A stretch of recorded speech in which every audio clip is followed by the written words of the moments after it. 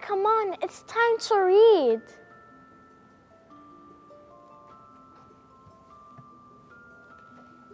iPads and phones can affect your eyes, but if you read more often, reading can teach you a lot of information, and also it can teach you how to spell things right. So come on, let's see our new book for today.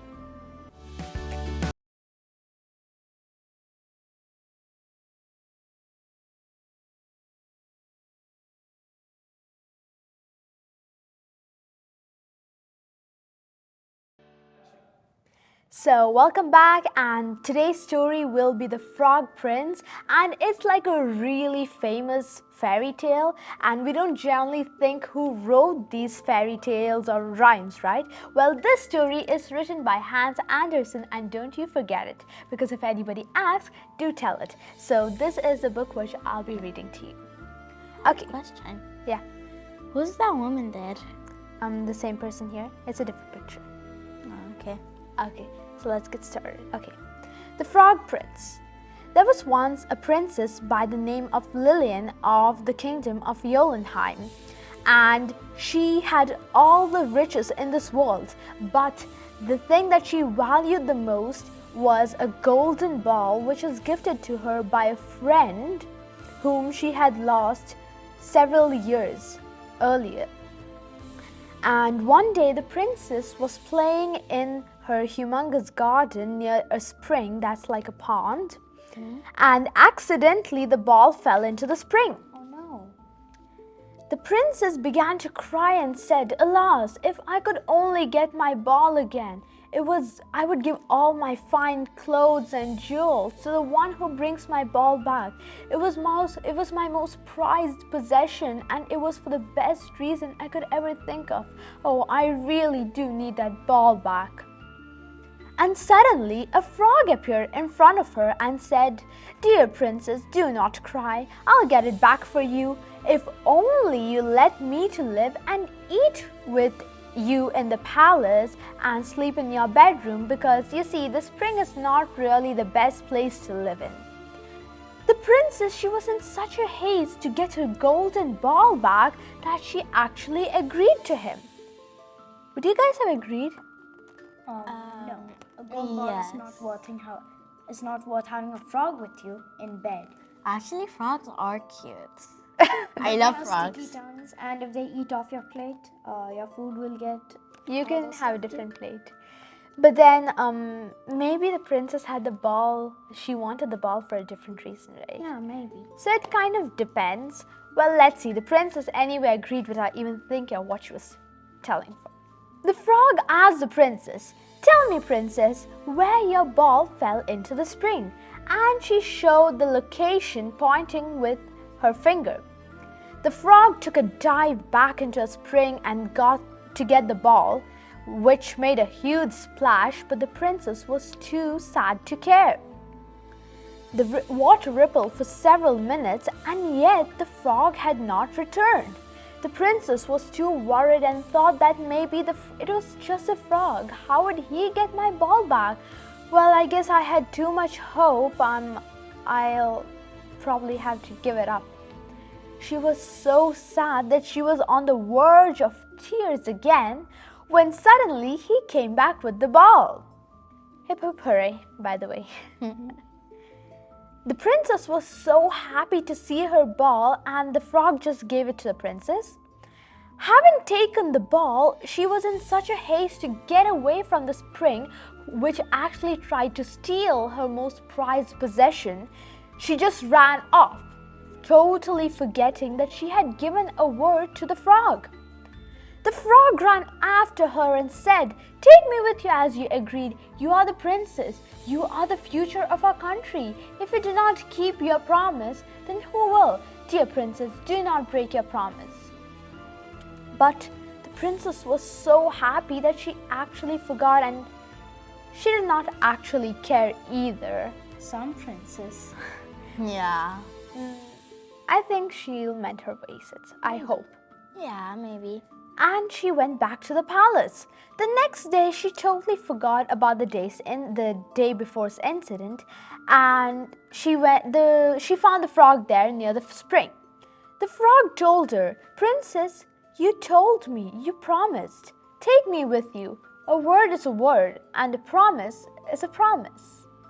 Do you guys recognize this phrase anywhere?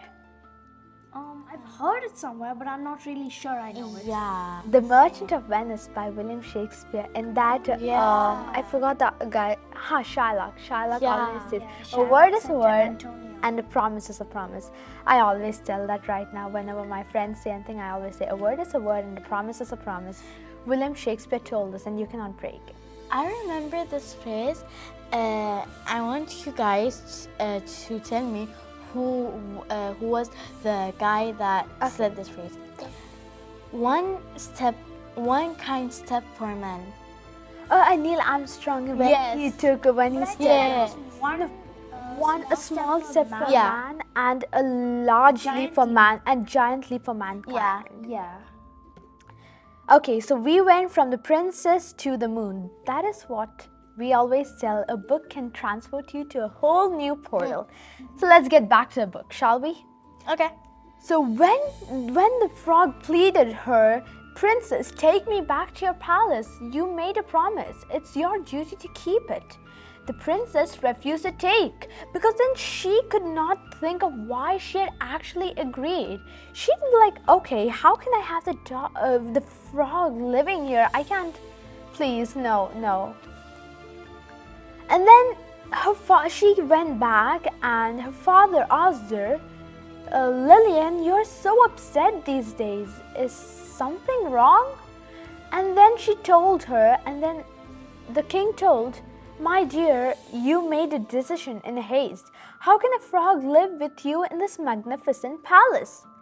But you made a promise and you should have kept it, although I don't really approve of it." And that night, when the princess was having her dinner with her father, the king, she heard a strange voice coming from this door outside, and she did not recognize it, but it said, "Open the door, princess, open the door." The king asked one of his guards to open it, and when he did, he said that there's a frog inside, a talking one at that.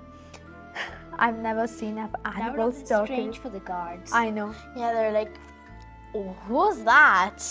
Okay, Why so is there a let's get talking back. frog? Shall we? Okay. And then the princess like, "Oh, he's nothing. Let's just get back to dinner."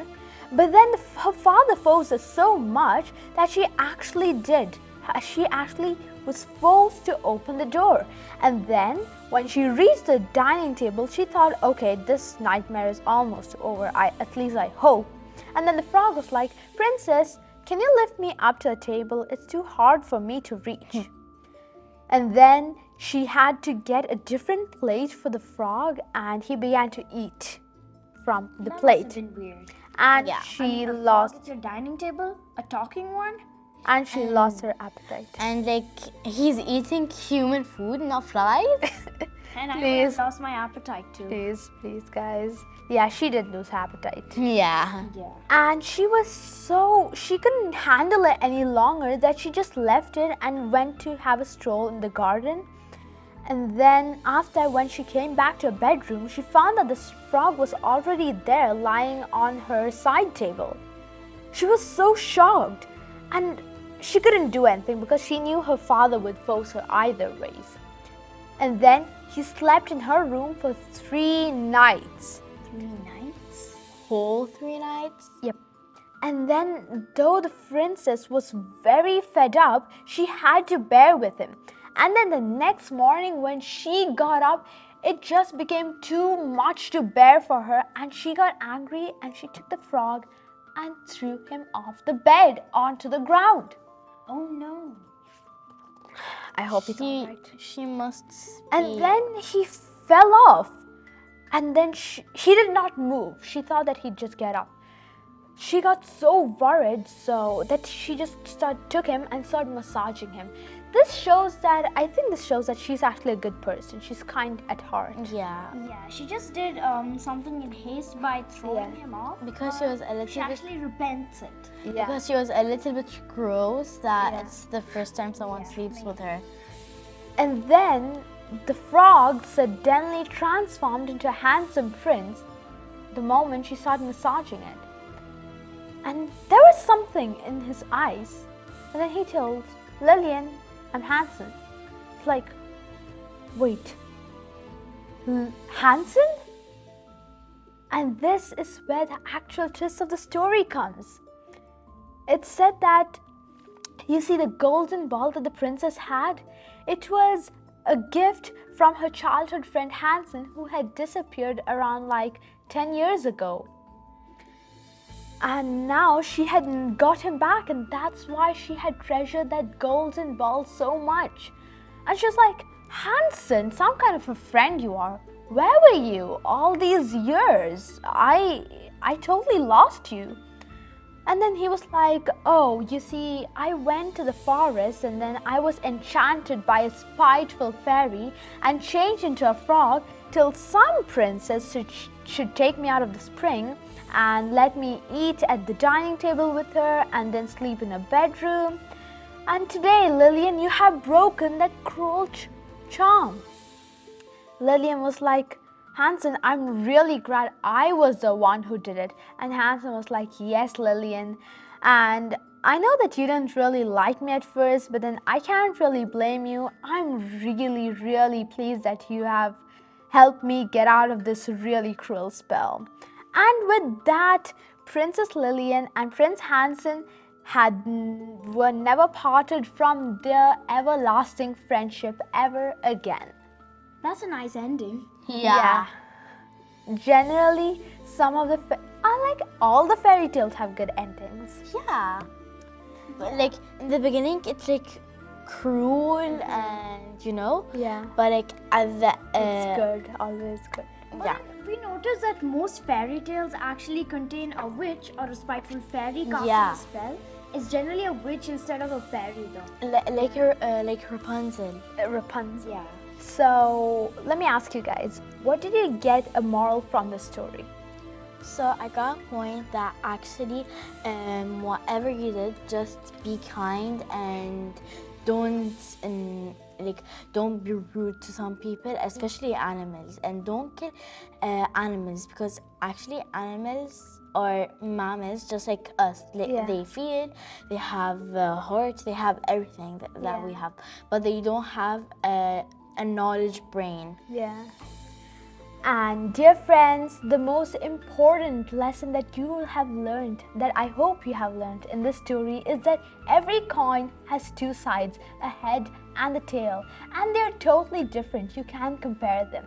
It was like the princess and the frog. The princess was so sad and depressed her whole life because her best friend had left her, and yet at that same time, so was Hansen, but he had a different reason for it.